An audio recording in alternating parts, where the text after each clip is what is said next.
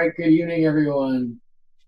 My name is E.R. Anderson. I'm the executive director of Charis Circle. Charis Circle is a nonprofit programming arm of Charis Books, and Charis Books is the South's oldest independent feminist bookstore.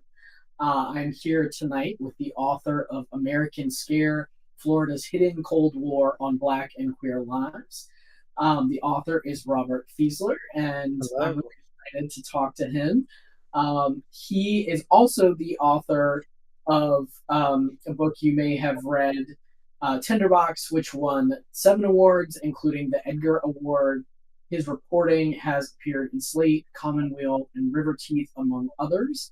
I know Tinderbox was a big deal for us at Charis, and a lot of folks really found that book at the right time. So, um, Robert, you are a journalist investigating marginalized groups and a scholar excavating hidden and forgotten histories. And this is a book that we are celebrating today that is sort of about how one does that in some ways. Like there's a little bit of a mystery part of it, or almost like academic thriller aspect to this book that I think isn't necessarily obvious from the description, but we'll get into it because it is a little bit of how archives and archivists make us brave. And so I think that's a really cool, fun part of this. So um, Robert is going to share just kind of the overarching part of this book. It's a great, big, thick book with lots of amazing footnotes, and you can really go then do your own research.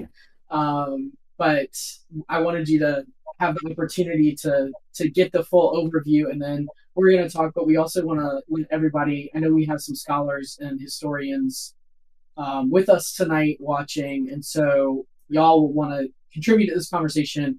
Feel free to put comments and comments and questions in the chat at any time. But so, Robert, welcome. I'm so excited you could be with us tonight. I'm so excited to be here. I mean, you guys are a legendary lesbian, feminist, queer bookshop. I think we were talking about this before, so often when people start tallying about what makes a gay bookstore in the South, they forget about all the feminist bookstores and they forget how long Charis has been around. And so this is just such an honor tonight. All right, so I'm going to dive in with a little bit. I have a few slides to take us through an over/under of the book American Scare, and also to intro the historical topic we're discussing before we just we gab and just go through basic questions. So I'm going to see how to do this, and I think I'm doing it. You're doing it, Peter. You're doing. Is it doing it? Yep, doing it. All right, perfect. I'm sharing my screen, and I'm glad it's this screen and not the other one I was looking at 4 hours ago. You got to always be careful when you just see a random gay man screen share. All right, so can you go full screen mode on that? Yeah, I can.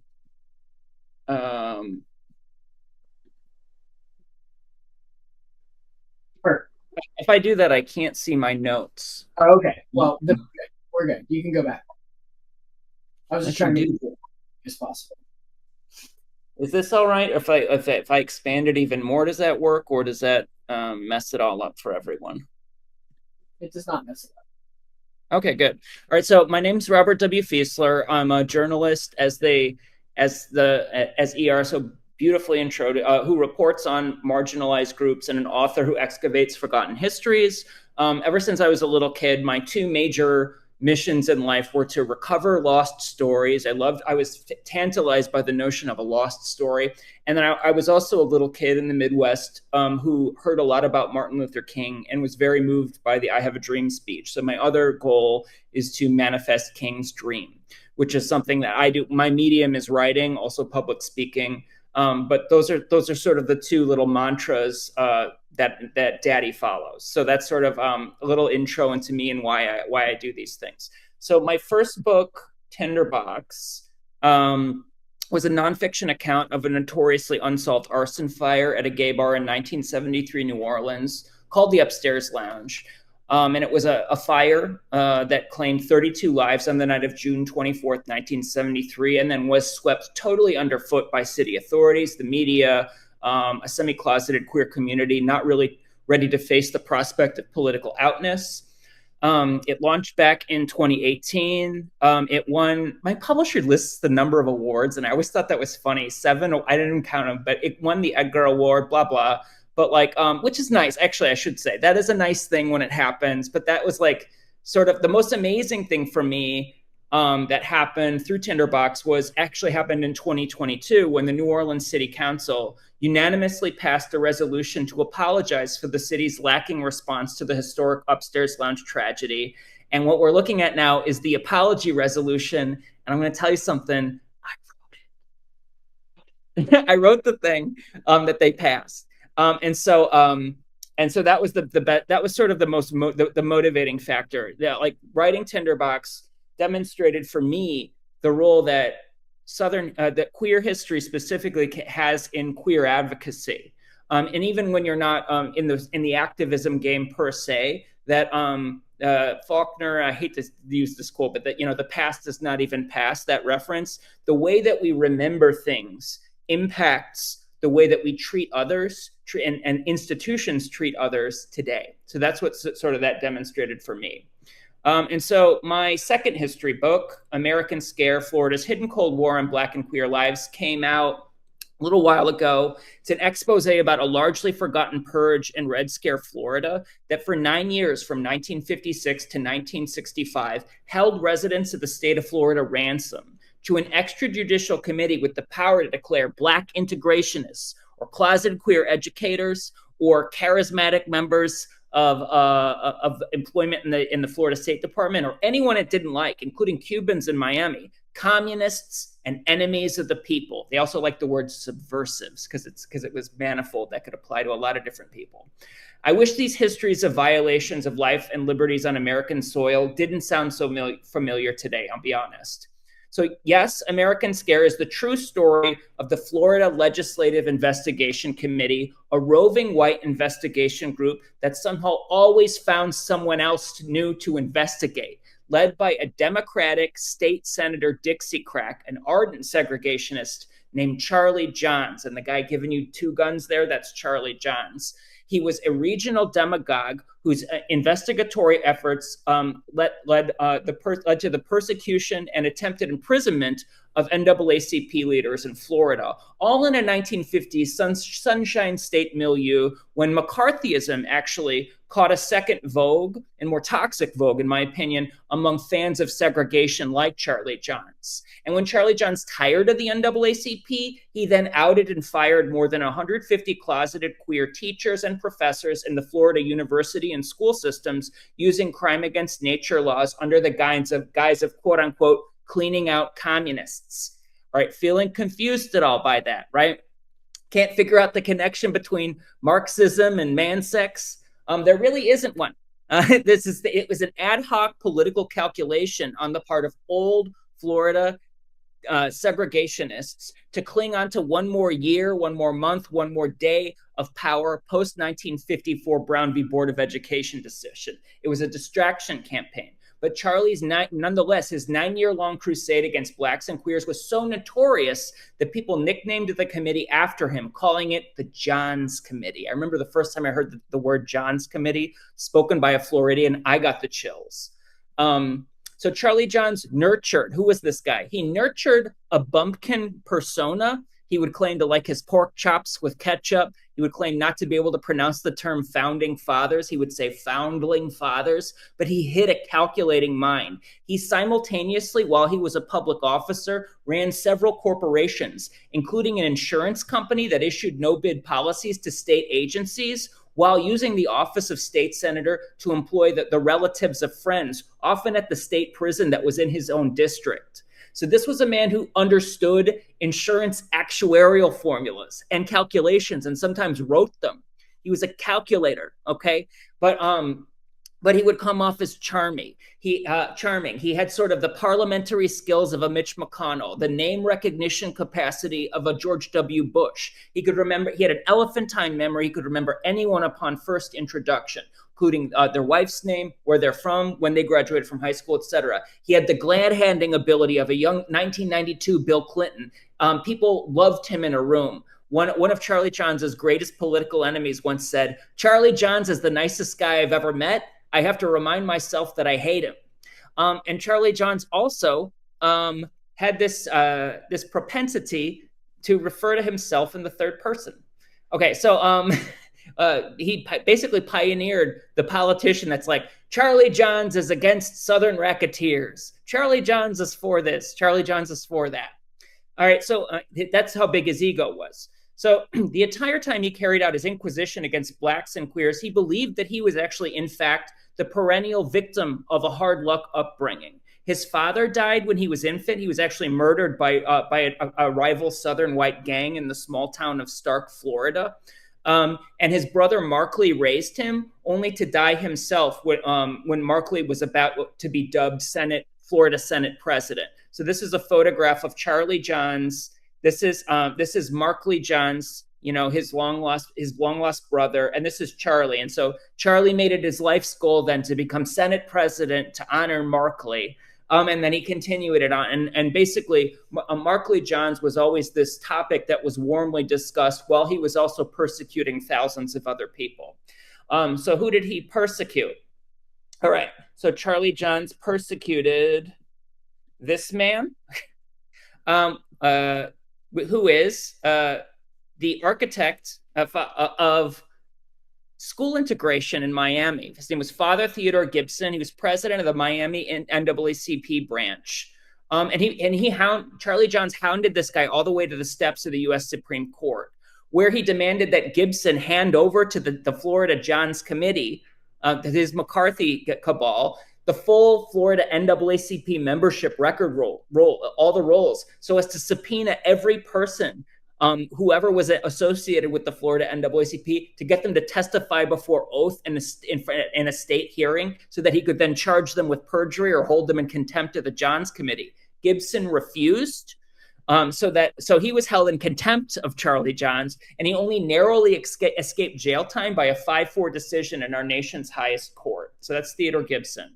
So then what happened later? Why don't we heard more about this? Florida authorities then sealed the records. Charlie Johns sealed the records of his misdeeds when he was through with them, to hide them from the public, and they were only Florida authorities only agreed to release them in the 1990s, but in censored form, claiming to protect the victims of everyone who Charlie Johns had hurt as part of the state inquisition by keeping their suffering forever private and secret.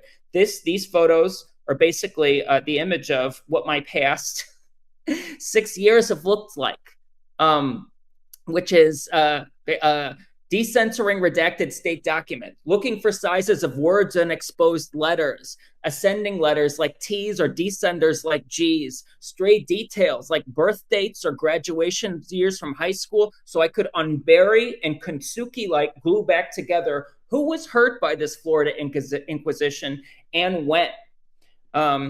In this particular example we're looking at, I discovered that state agents in January 1959 went after a popular humanities professor at the University of Florida in Gainesville, a U.S. Army veteran and Army Reserve officer named Lawrence Wathen.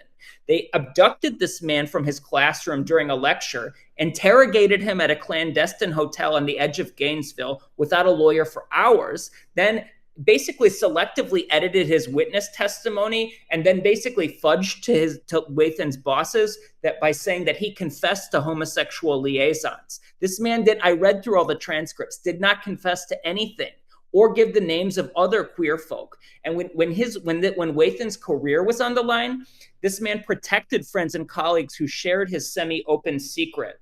Well, guess what happened next? They fired this star professor on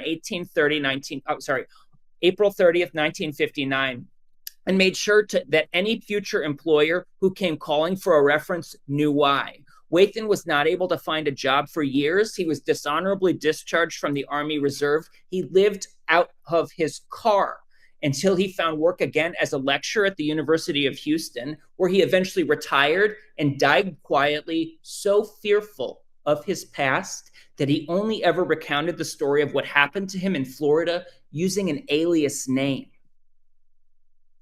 I was able to decensor the saga of Lawrence Wathen, one of the many thousands of atrocities of the Florida Johns Committee, by cross-referencing his redacted interrogation transcripts from 1959 with this one unredacted page of firings and terminations that I found from a pile of University of Florida records that, whoops, looks like someone didn't censor perfectly, to finally unearth what happened to the man and what the state did to him.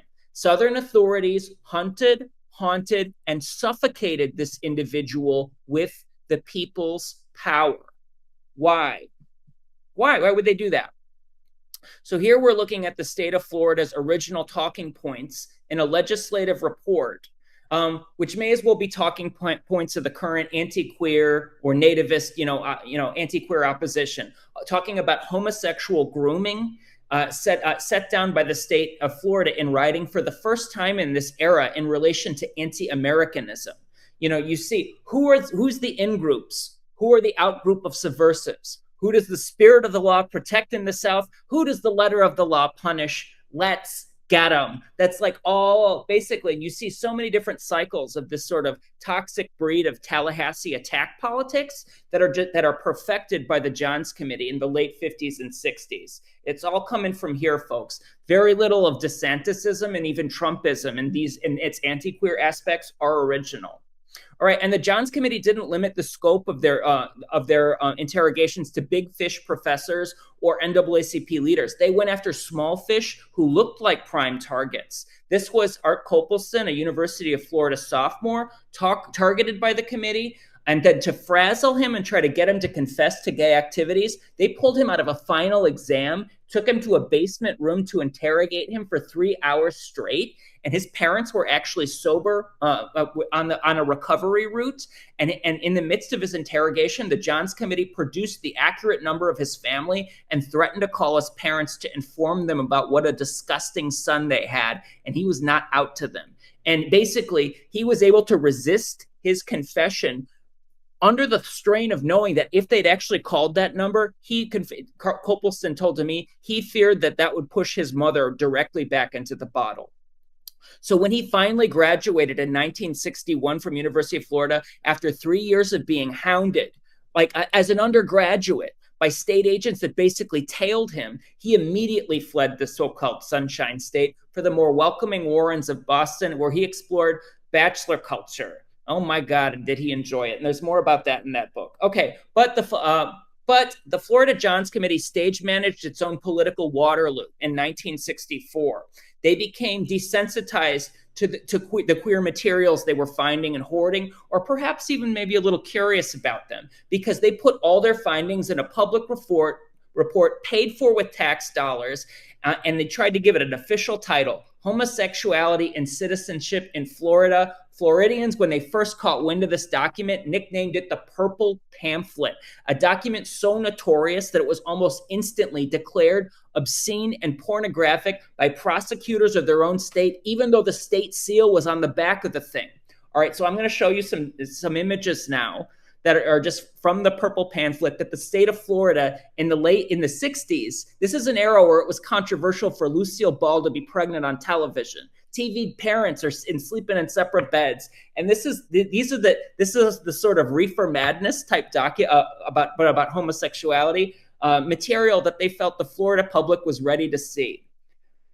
Oh, it's hot by even today's standards. Okay, so what do we have here? It seems like it's what we called a chicken then. Now it's twink in a thong. It looks like he seems to be tied to a garden trellis. And then there's basically in the back of the Purple Pamphlet a glossary of queer terms. That's basically a how-to if you were curious about ever to dive into the lifestyle. There were images of two men kissing with visible pubic hair pressing, stuff that no one had ever seen in the late 19th, not the average person in the American public. Some members of the public claimed that when they saw the Purple Pamphlet, they basically had the same reaction I had to watching John Waters' Pink Flamingos. They threw up. Basically it created madness. So the Florida governor tried to pull it from the Purple Pamphlet from distribution, but gay erotica presses got hold of it first and published it nationwide for a profit as a how-to guide on homosexuality. And for decades, it was considered chic for a gay household to display a copy of the purple pamphlet on a coffee table of a queer home as a sort of camp expression about, oh, this is how we're keeping ourselves safe from Florida. And I hope that tradition becomes revived, actually. You can buy copies of the purple pamphlet around. But, okay, the political seeds of the anti-queer, anti-Black sentiment of the Johns Committee were planted deep in Tallahassee culture. These perpetrators had gotten away with it in spite of all their flagrancy, even in their incompetence in many cases.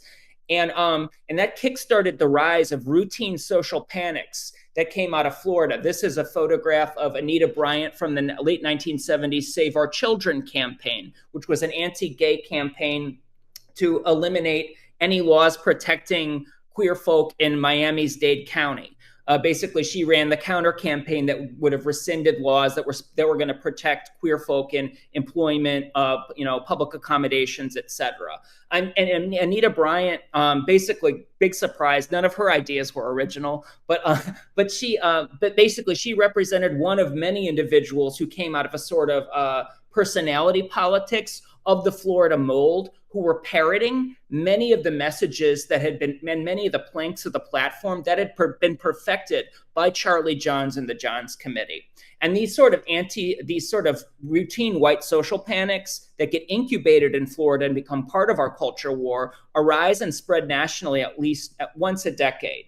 So this is the world of American scare. The terrain is post-World War II Florida. Your only trigger warning is this. I'm going to give it to you. Content warning, Florida. That's what you're getting. You're going to get some deep Florida. And we're going to delve not into this stuff, not for trauma porn or to take a bath in sad or even to hate on the Sunshine State, but we're going to be communing with our elders, taking a walk through their sacrifices, the sheer nerve of some of their seemingly modest resistance acts that reverberate throughout time. And by piecing together clues and publishing remnant stories such as these, we become part of a powerful legacy that is the only aspect of history I find over which the listener has any real control in shaping what happens next in the way that a listener can become part of how history is rescued and remembered. Okay? You're part of the way things are remembered. So I hope that you see these acts of American memory, our acts of protest, redact a queer saga here, censor a lynching example there, attempt to erase this history, and you attempt to half kill the truth of the American people, which doesn't really work. And this whole book proves that censorship doesn't really work. Not in this curious country. As the preacher Martin Luther King once told us and once assured us, no lie can live forever, and no lie ever has forever on these shores. Thank you. You're going to be hearing and seeing a lot of stuff. And keep in mind, this is all the story that they didn't want you to know about the Florida Johns Committee and what Charlie Johns did. And I'll stop sharing.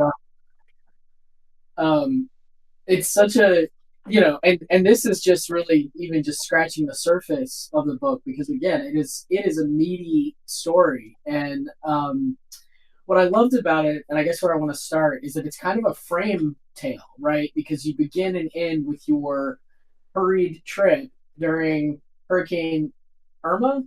Was it Ida? Yeah. To go pick up these boxes from Bonnie Stark. Can you tell people about Bonnie? Okay, so Bonnie Stark was the first Johns Committee scholar. She was a master's degree student at the University of South Florida. And in the mid-'80s, she'd published a master's thesis called McCarthyism in Florida, which was amazing. And Bonnie actually spoke to many of the perpetrators who were members of the staff of Johns Committee. And her interview style was so unassuming, she got them to talk extemporaneously on the record. Like, tell me more, sir. Oh, people don't understand you enough. Like that kind of stuff. And man, I was so impressed by it. So Bonnie wrote this thesis when the Johns Committee records were sealed, and she didn't have access to the papers that Charlie Johns had hid away from the public. Charlie Johns dies in the late 1980s, a couple years after Bonnie's thesis was published. And then after his death, his political supporters, basically still in Tallahassee, let go of their grasp. And suddenly a state constitutional amendment gets passed to make all legislative records subject to Florida sunshine laws for public review. And so that meant the Johns Committee papers were going to hit the public eye for the first time. And the state legislature freaked out. They couldn't believe it.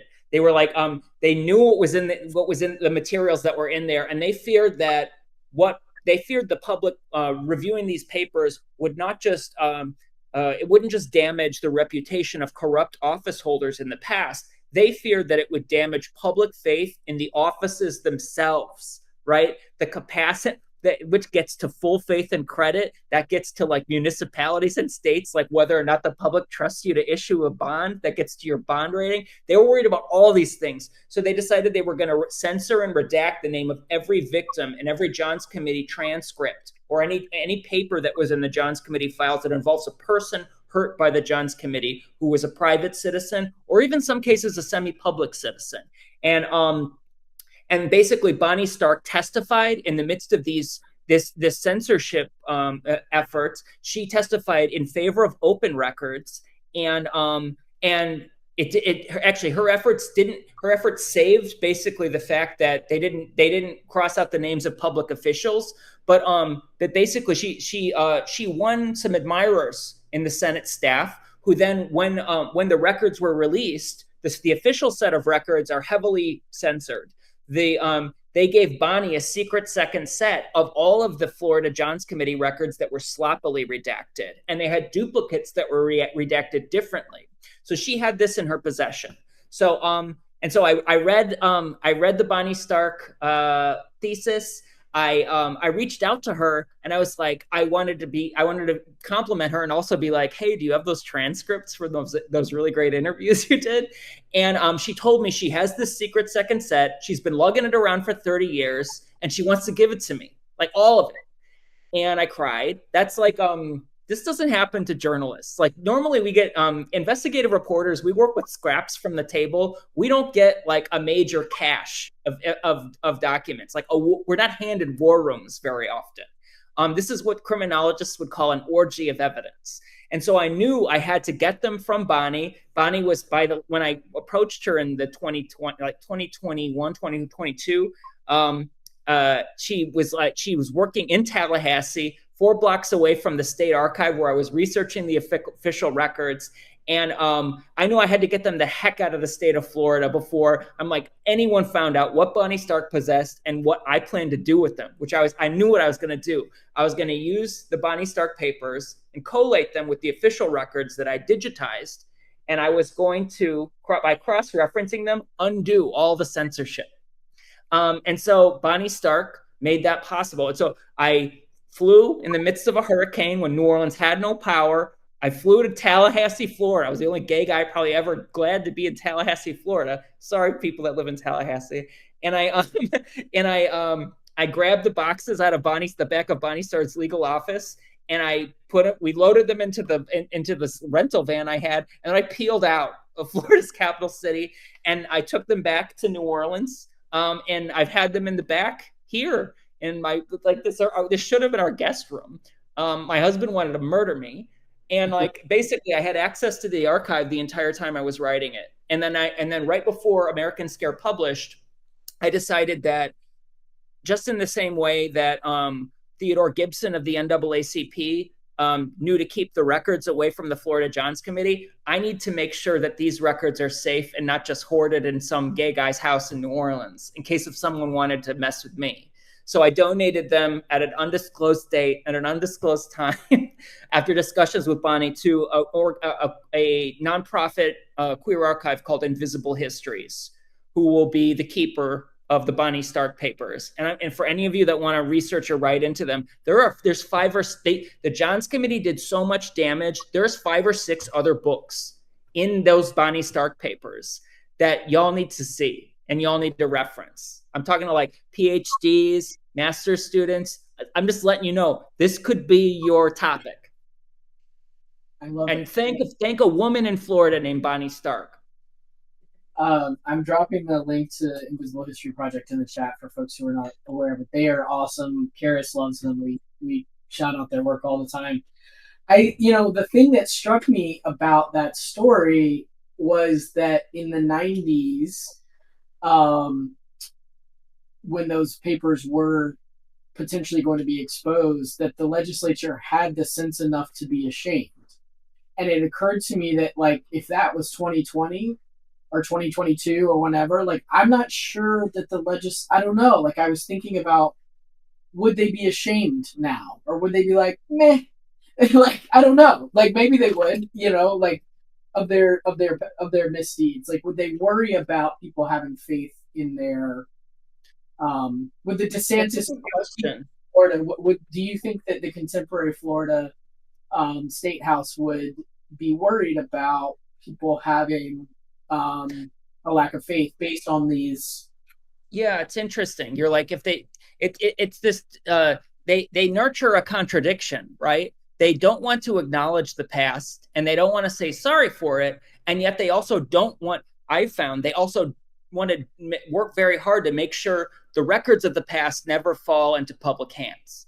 That we don't live in an era where the truth the truth is safe in the hands of state authorities. They view that as this malleable thing for spin and public relations and stuff like that. So I'll give you an example. So the state of Florida today would have further mutilated and perfectly censored probably the Johns Committee papers to ensure that someone like me wouldn't be nosing around, causing trouble, asking questions about basically their own political lineage. And letting them know about basically that there was a person before them who gave them all their best ideas that they claim to have. And so, for example, the State of Florida Archive, there are a lot of really good people working there who I could tell some were sympathetic to, quietly to the book I was writing. However, in one instance, I found not in the Johns Committee papers, but in a separate pile that was held by the clerk of the Florida House, an unredacted box of materials from the Johns Committee that had been sorted differently, uncensored. And it was the meeting minutes, the only existing copy of every one of the Johns Committee meetings, and the minutes that the clerk of the House had taken, basically as the scribe, the secretary. And so the State of Florida Archives saw that I had this box. They saw that it was uncensored, and they snatched it away from me. They literally took it out of me. They took it out of my hands. They insisted that it was going to have to go to their general counsel for review based on the 1993 law that censored all the original Johns Committee records. And they said that based on that law, they may have to post hoc apply the law to censor the stuff I just shown them. Meaning I had just been party in my naivete to damaging Florida history, because I'd shown them where the last undamaged box was. It felt like Chinatown, like the movie Chinatown, where you're like, where the guy who thinks he's the hero is the guy just basically hurting everyone in the movie because he's incompetent and he doesn't know what game he's playing. Yeah. It felt like that, where and so I had to write this letter where I said to them, please, in the instance that you find that this law, you're applying it post hoc to records that were actually publicly available since the 1980s. But if you need to censor them, don't do it on the originals, like you did before. For God's sakes, make copies, then censor the copy. Don't mar any more history. It was one of those situations. Have you ever been in a situation where your face is red, you can hear your heartbeat in your ear, and you're trying not to raise your voice because you know they're going to kick you out of the room if you raise your voice? Yeah. And I wrote this letter, and they said they're going to send it to legal. I don't know what legal is. I don't even know who. And then miraculously, 4 months later, the box just comes back to me in perfect form. They said they agreed with what I said. The only explanation I can come up with is that I think there are friends of Dorothy in every system. And someone took mercy on me in the same way someone took mercy on Bonnie Stark in the early 1990s and just let this one slide. And so, but that experience was the first instance where I realized, oh, I'm not just researching in an archive. I'm being watched. They're noting what I request. They're reporting it to somewhere. And then someone decided that this thing, 3 steps, or I don't know how many steps above, this thing I have, I'm not supposed to have. Yeah. And that was a creepy feeling. I should have known, I guess. You just don't think when you're in such a boring environment as a state archive that it's even possible you could be surveilled. But I mean, this is a thing, Charis hosts a lot of activists and archivists and academics. And I think, one of the things that we've really been talking a lot about recently is the way that we talk about particularly activist history or the history of oppressed groups in America. It's like, our civil rights history, our queer rights history, our feminist history. It's not, it has happened in our parents' lifetimes, and certainly for folks on this call, like many of y'all, anybody who's over 65, like in your lifetime, and some of it in our lifetime, right? I'm in my 40s. I don't, like, and yet we talk about things like COINTELPRO or things like various kinds of FBI surveillance as or GBI, or you talk a lot about state bureaus of investigation in this book, still with this sort of intellectual remove, right? Still as if like it can't happen to me.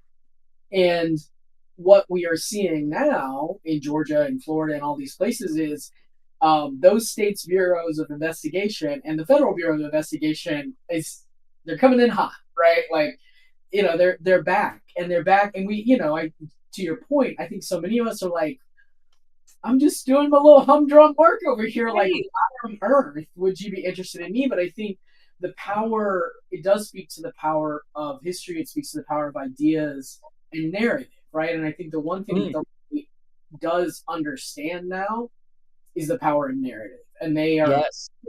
that the left, won the culture war, and now they're trying to take back the culture war, right? And so I think they understand that they won the political war in a lot of ways, but we've won the, and so they're trying to figure out like, okay, well, how do we squash this on every front? And Yeah. that's why we take the B and the T off the Stonewall Right. month.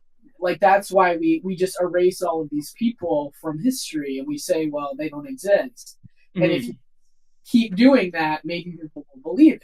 But there are people like you, and there are people like Bonnie Stark who are like, and people on this call that I know who are historians who are like, that's not going to fly, right? And so, Sure. I think that's an important. It's such an important point that people are being surveilled. Yeah. Well, yeah, there is this sort of real there. I mean, basically curricula have been corrupted around the country, and then beyond that, there's a sort of desire in we'll call it like the arch conservative, near fascist segment of society that basically is concerned with then taking the curricula of the culture, and they understand that to do this, that they view that there's this narrative of a kind of American history that if you teach it to kids, even if it's factual, that will make them hate this country. Basically, that no one could ever know, and there's no age, right? Because they're prolonging, and it's infantilized, and they prolonged innocence. There's no age that you can teach slavery, that you can teach about lynchings in the South, that you can teach about segregation, that you can teach about anti-queer oppression, or that you can teach about gender diversity. That won't create some sort of the wrong sort of won't create a person who becomes then a standard bearer of what they consider as the wrong form of American culture. They'd rather have this version. I had this AP US history textbook that was written by this guy named Thomas Bailey in high school in the 90s, and it was called An American Pageant. And guess how much of it taught me that basically that the Civil War was caused by states, and then like the Native American genocide was one graphic box on one page. And basically, I think a lot of people want the American pageant, or at least I think that people, the segment of the anti-queer, anti-Black opposition that want, since they've taken the state, now they want to take the culture. They want to eliminate histories that don't intersect with the American pageant, with the propaganda sort of feel-good narrative, which that permits nostalgia and sentimentality for a past that, like, I have after writing this book, I have a hard time looking at the 1950s and the early 1960s and understanding how anyone would want to go back there. Oh, um, and those were supposedly the golden eras for a nostalgia based political ideology. yeah. I mean, um, I'm I I did get a really good progressive education, which I'm very grateful for, even at a like high school and elementary school level. And one of the jokes, one of my teachers had us read an interview with George Wallace that appeared in Playboy magazine, and she contemporaneously to George Wallace, not like the year he barred the door Mm-hmm. to the University of Alabama, but not long after, probably 2 or 3 years. It might have been like Okay. I don't know, 68, and one of the things he says in that is I'm out to get all of the pinko commie tennis shoe wearers of this country to understand. And my friends, I thought that was hilarious. And so we started calling each other pinko commie tennis shoe wearers, right? Because we were just like, what, what? Like, but in this book, I think you bring up the idea of pink, right? And pink as Mm-hmm. adjacent to red. So I think a lot of Right. people understand red and the Red Scare. Not as many as should understand, but like probably people who are watching this understand about McCarthyism and the Red Scare, the House Un-American Activities Committee. But basically, in this book, the Southern Alliance of Intelligence Agents Conference kind of kicks this off and becomes the Johns Committee in a way, Mm-hmm. and they kind of want to be their own little Southern um, HUAC committee. Yes. And They're greatly inspired by the show of force, and they see that the words and tactics could be very effective for their purposes in deep southern states, segregated states, which is post Brown v. Board of Education, which freaked them the heck out. Even when they were putting out, to just caution. In state governments, they basically segregationists wanted 1 year, 1 month, 1 day more of segregated apartheid power, financial and social privilege. yeah, And so they realized HUAC McCarthyism that they could use these universally detested words that basically ruin people by accusation: communist, subversive, anti-American, these notions, and that enemy of the people, that was another one, that they could then target the people that they felt were real or even just opportunistic threats to their dominance in the established social order. And so they used it very unscientifically. And then pinko, some of them, some Southern segregationists viewed that pinko was like an integrationist. Basically, was the term that they would say, and it was this strange argument. They were saying that Marx wanted the unification of the races of the proletariat so that the proletariat could rise up. And this was a justification among Southern groups like the Johns Committee to go after the NAACP as a basically a terrorist or a foreign entity, because of the NAACP, because they're in league with the Soviets that are trying to dissolve American society before the first commie boot sets foot on the American soil. And it was all there. It's completely unscientific. Obviously, the NAACP actually had, in the early 50s, gone through very painful stages of purging any member of the NAACP who had any association with the American Communist Party, which actually, and many organizations in the 30s did, in the midst of the Depression, because that was an era when pretty much any of such turmoil. You've read The Grapes of Wrath, probably. People were starving. People were considering any economic idea as a way forward. And so anyway, the NAACP had already sort of, through Thurgood Marshall, done that painful cleaning of house. So even half a decade later, to claim that they need to go after the pinkos because they have anything to do with the reds is obviously insincere. yeah. Well, Obviously insincere, and obviously opportunistic. it reminded me, what again, over and over again, what is old is new again. But in Atlanta, one of the big fights that we had been fighting over the last 5 years has been the Stop Cop City movement, right? Like stopping this police training center being built. And anytime there was any pushback from this coalition of Black residents who were fighting against environmental racism in their community, white environmentalists, white queer and trans kids, and queer and trans people of color, and like people from all over, right? But a lot of, native born Atlantans, and then also, yes, people from outside the city who came in to help. Literally, the Democratic establishment of Atlanta called them outside agitators. We know that this violence is not being done by real Atlantans, it's being done by outside agitators. And I was like, that language is so old and so loaded in terms of a segregationist police mindset, right? And also then we're seeing the using there now, people who were arrested are now being charged as domestic terrorists, right? So this idea that like you are like desiring to stop militarized police in the United States means that you are definitely a terrorist. Now they're linking it to protests in Gaza. So if you are a Palestinian sympathizer, you may also be an international terrorist. So I'm seeing these echoes of like just these little bunny hops between concepts that was happening in the 50s and 60s. Yes. It's happening now in a way, right? And it's happening, and it's happening to the same communities. It's happening in poor communities as well. But like,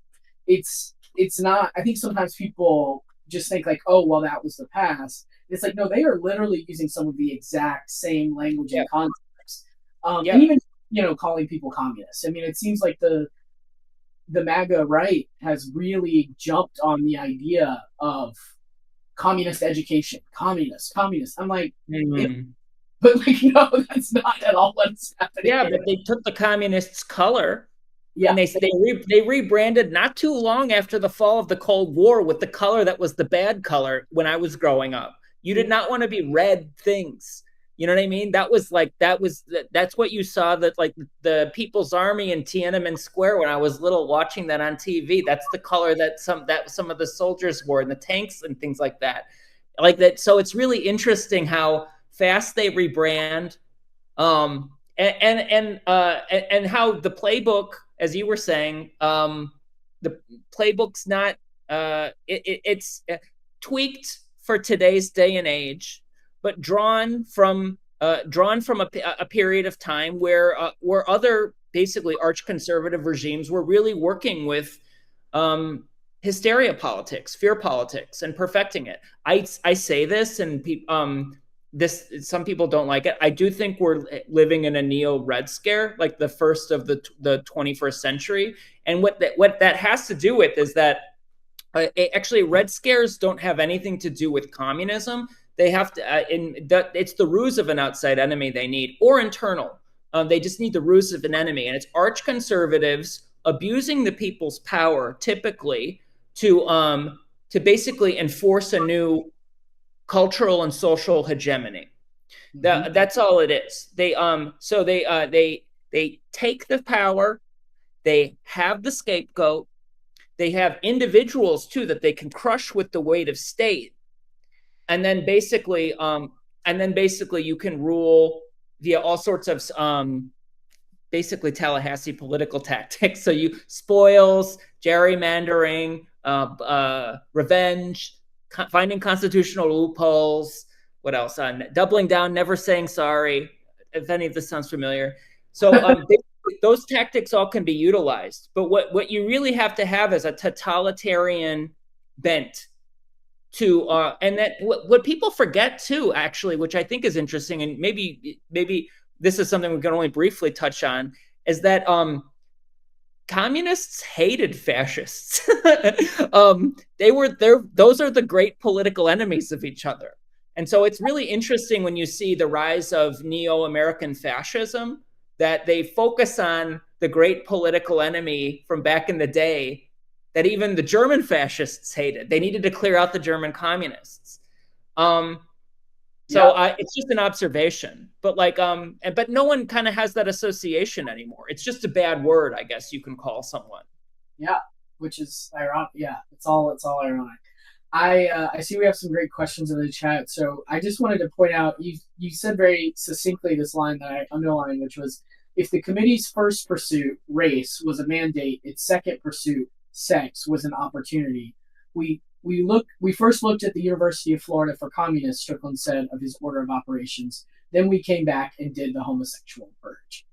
And I was thinking about how often that is the case in American history, right? Like the fear of miscegenation is the primary fear and the fighting animus in American history, and then the sex perverts come next. Like whoever's that's the second dragnet, right?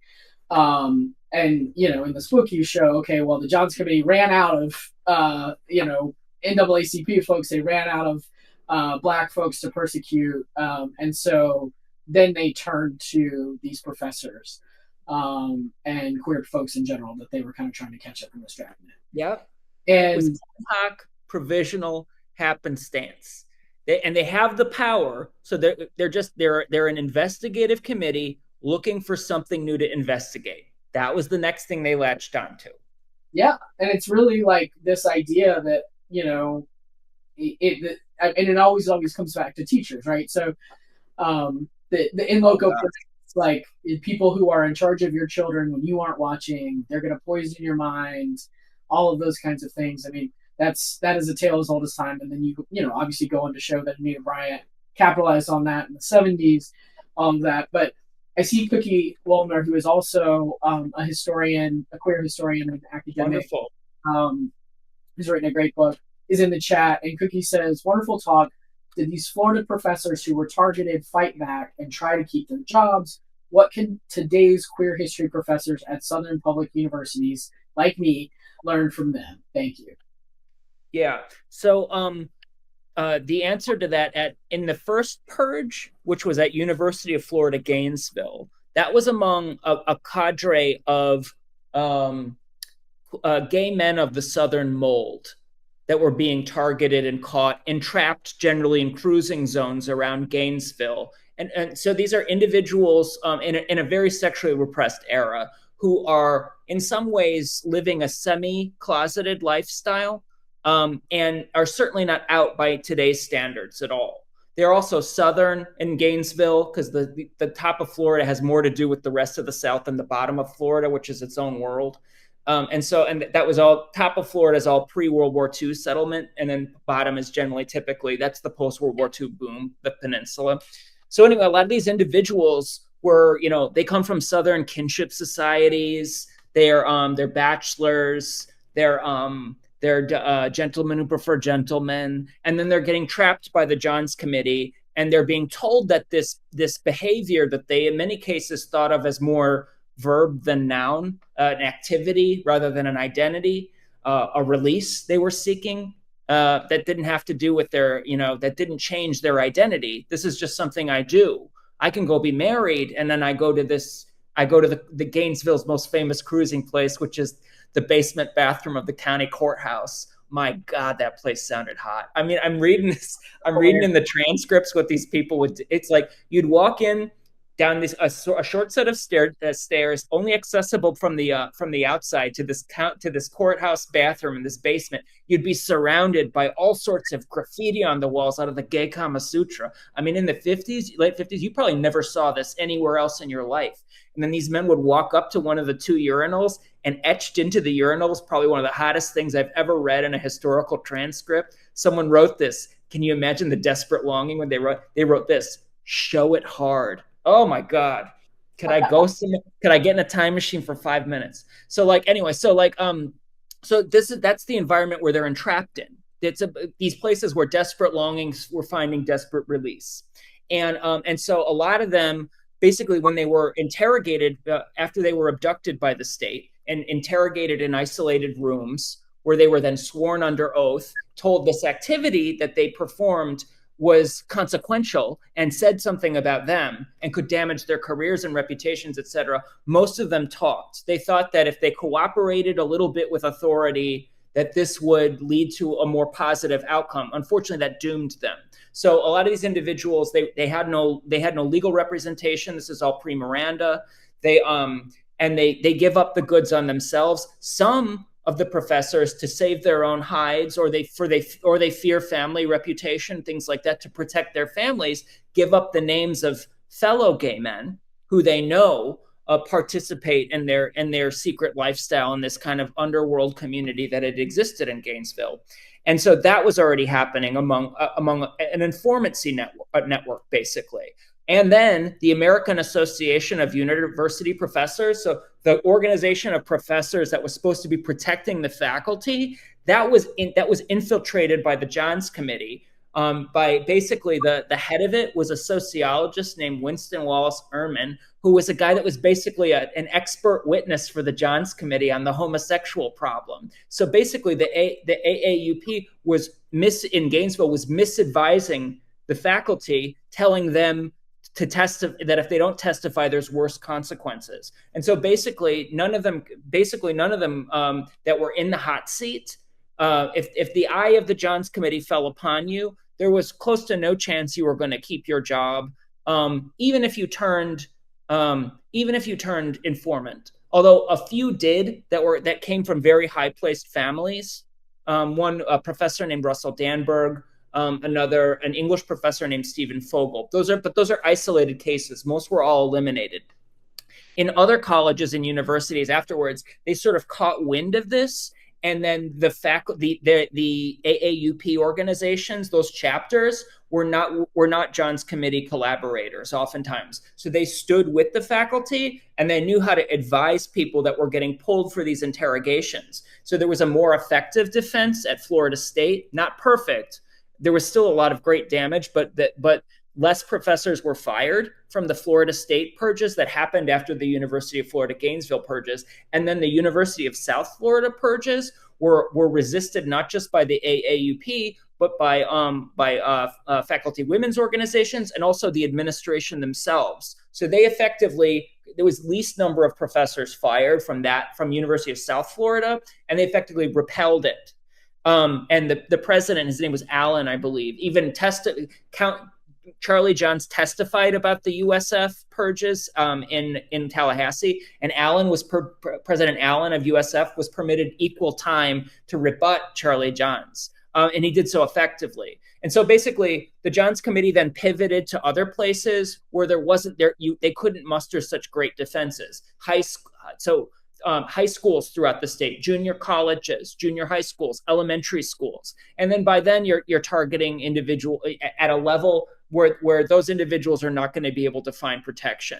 The only way that the wider non-collegiate purge got shut down actually was through a lawsuit that basically is I think scholars really underplayed up to now, but a junior college professor basically when the Johns Committee purges were all talking about white gay men basically at University of Florida, FSU, USF.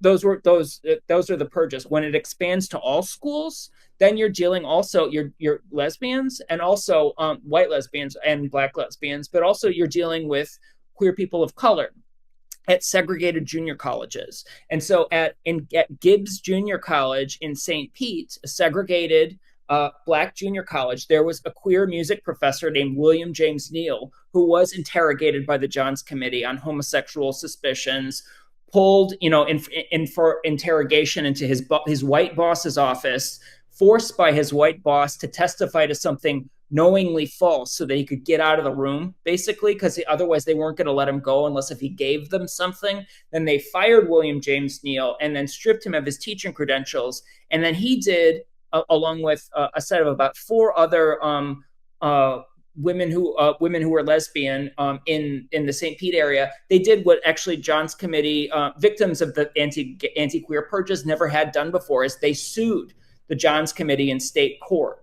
And actually, William James Neal, a black gay man, was the named plaintiff. He actually kicked off the lawsuit. He hired 2 white appellate lawyers. He himself fled the state so that the issue of his race in the case wouldn't be. Very few black men ever won in Tallahassee. in court.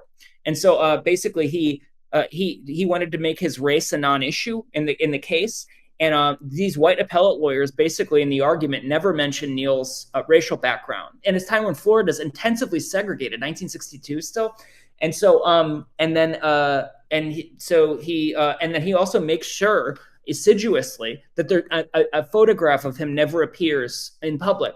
And so people forget that William James Neal is a gay black man, and then he wins in state court under the auspices, not a freedom of association or anything like that, but under the auspices that the Johns Committee, basically agents were overzealous and they broke their own rules and procedures and the practice of firing most of these suspected gay teachers throughout the state. So William James Neal emerges victorious. He's in Maryland. He gets his teaching credentials back, and the way that the decision was drawn, they basically eliminate the possibility of a specific Johns Committee agent who was the most strident and the most notorious for going after queer folk in these private interrogation setups. Remus Strickland. They basically name Remus Strickland as incompetent. The justices of the Florida Supreme Court, name by name, they shame one of the Johns Committee agents, and they ensure that this guy is never going to be able to continue on applying his activities. And so Remus Strickland is then fired. And so a black gay man in St. Pete who sued the segregated state of Florida basically ensured that the man, his primary tormentor, the man who'd interrogated him, lost his job through the Johns Committee, wasn't able to hurt other people, and he'd already hurt thousands. And then William James Neal got his teaching credentials back. He basically found employment in Maryland through the public school system, worked quietly his whole life, retired in peace. And then when he died, he actually had no public obituary. He never really touted the fact that he was the winning plaintiff of this kind of semi-famous case. He only gave one interview on it before he died. And the only his obituary, it's just a tiny little death notice. And on his gravestone in the Maryland cemetery where he's buried, it says "beloved friend." And I always think I think of him that way. When I think of this guy, like, it was a black, charismatic music teacher at a segregated junior college who sued the Johns Committee and basically brought down the biggest planks of their anti-queer purge. It was a black gay man in the South that sued. It just blows my mind to think about. This is still 62 is still the era where lynchings are ongoing in Florida. And somehow he was able to win in a way that it didn't compromise his personal safety or the personal safety of others. Man, what an American exemplar. That guy beat the segregationists at their own game. And he beat the Johns Committee at their own game. So that's an example of how one teacher, through basically seeing a misstep, exploited the misstep of the Johns Committee to maximum effectiveness, and in such a way that it not only helped himself, but it basically helped every educator in the state. I love that. Real quick, do you have any advice for current professors who may be in Florida? Florida in the South? Gosh, it's a hard job to have right now because obviously most educators I know aren't in it for the loot. It's a personal calling, and you're sort of believing in the liberal arts mission, and you're wanting to practice that mission in a place where it's necessary. The boom state of Florida, right? The third largest state by population in the country, the fastest growing. My gosh, there should be real information being taught in curricula. And I know they have to be very careful. I had certain professors helped me I had information from the archives at the University of Florida in Gainesville, where some of the letters were written in foreign languages. And then I one of the professors, I won't name who there, knew a professor that knew this foreign language. I won't even name the name of the foreign language, and was able to translate the letter for me, which I then use in this book. And I asked this person, hey, I don't want to hurt you for helping me. This is after I'd had that whole experience with the state archive and the stolen box. So I said, is it okay if I just thank you here and don't thank you in the acknowledgments? And this person said, yes, I actually prefer that. So advice I have would be, I think, as King said, no lie can live forever. There's not going to be, I don't know if there's going to be, I don't know when academics are going to be able to get relief. It's a tough job. And in an environment where there's a lot of teacher hating. And I think that our society probably needs to have a wider conversation about, yes, about teacher hating and about not snitching on other teachers. But like, additionally, like, I do think, if you're going to go out on principle, I understand. I know some professors who have, who've created, in order to make this sustainable for themselves, who sort of have an exit plan where they're going to go out with a bang. Not like a principled statement. And that's powerful too. Just take care of yourselves, please, because also students need great professors. They don't need people just teaching the American pageant. And so, and they'll suffer when basically when standards fall so low that the curricula being taught is only basically not even American history anymore, but just some sort of nostalgia play. Generated by AI. I wish I had better advice. I don't. I do think it's going to be, we're going to be part of the resistance for for a while longer. I don't know how much longer. It is invigorating to resist, and I know that it's probably the hardest time to be a teacher now, just like it was in the midst of the Red Scare, when your average history teacher, say, was being forced to teach in Florida, and this happened in many states, an Americanism versus communism course, which was basically which would put forward the Pinko integration theory that ER and I just discussed. I mean, like, there's been curricular pressure for a long time. And there are ways, large and small, to resist. And it's important to keep your, like, to use a French resistance term, have your cell of support and keep your cell secure and clean. I love it. I think that's a wonderful place for us to wrap up. Robert, thank you so much for your work. Sure. This conversation has been great. I really, really, love the book and love the lessons that I took from it. I think "Don't be a snitch" is a great one as well. Yeah, thank you. Yeah. Right. Sticking up to authorities is not going to help when they're totalitarian. They're just going to, they were going to tear you down anyway. Informants don't fare any better. No, they don't, clearly.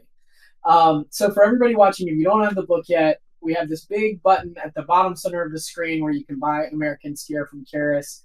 You can also buy Tinderbox from Charis. We would love for you to do that. We really, really, really appreciate when you buy your event books from us. Also tell a friend that this book is available. If you have buying power at a college or university library, get this book into your libraries or request it at your local public library. That's another place where you can really exert some power, and that matters a lot. We hear consistently from librarians that they are aided by the public's requests, so don't be shy. They want people to request progressive books because that gives them ammunition when they go talk to their bosses or their buying managers to say, like, hey, look, 12 people asked for this book. So it's important, right? So don't be shy. It's not entitlement to do that. It really does help them. Thanks to everybody watching. Robert, is there any other things you want to shout out or places that people can follow your work in between books? Sure. My book's available wherever, wherever books are sold. Please buy it from an indie shop such as Charis. Like it's don't do not support the evil empire. Don't give any more money to that guy that just got married in Venice. He does not need it. That is not where literary culture comes from. If you like events like this, if you like this kind of interaction in these community centers, you need to be supporting independent bookshops. This is the heart of where the joyous experience of where readers and authors interact, and that magical feeling you feel as a reader when you find the book that's just for you, that comes from these kinds of places. Okay? So please, I implore you, this is where you should get your books. And also, if you have little children in your life, get them to read too. I'm a gunkle. I've got nieces, and like people are this next gen. These young ones are just addicted to their iPads. And I know Roadblock is a fun game, and I know Berry Avenue is a fun place. But like honestly, please have read more with your kids. And it doesn't have to be serious stuff like this, but like read more with your children, because then this will create educated citizens and responsible citizens who eventually are interested in civics and interested in engaging in mature cultural life, like what we've supposedly just done these past hour and 10 minutes. So thank you all so much for coming, and thank you for Charis, and thank you ER for leading this conversation. My pleasure. Take good care. Everybody stay safe, and we'll see you with your next book. Take care. Take care.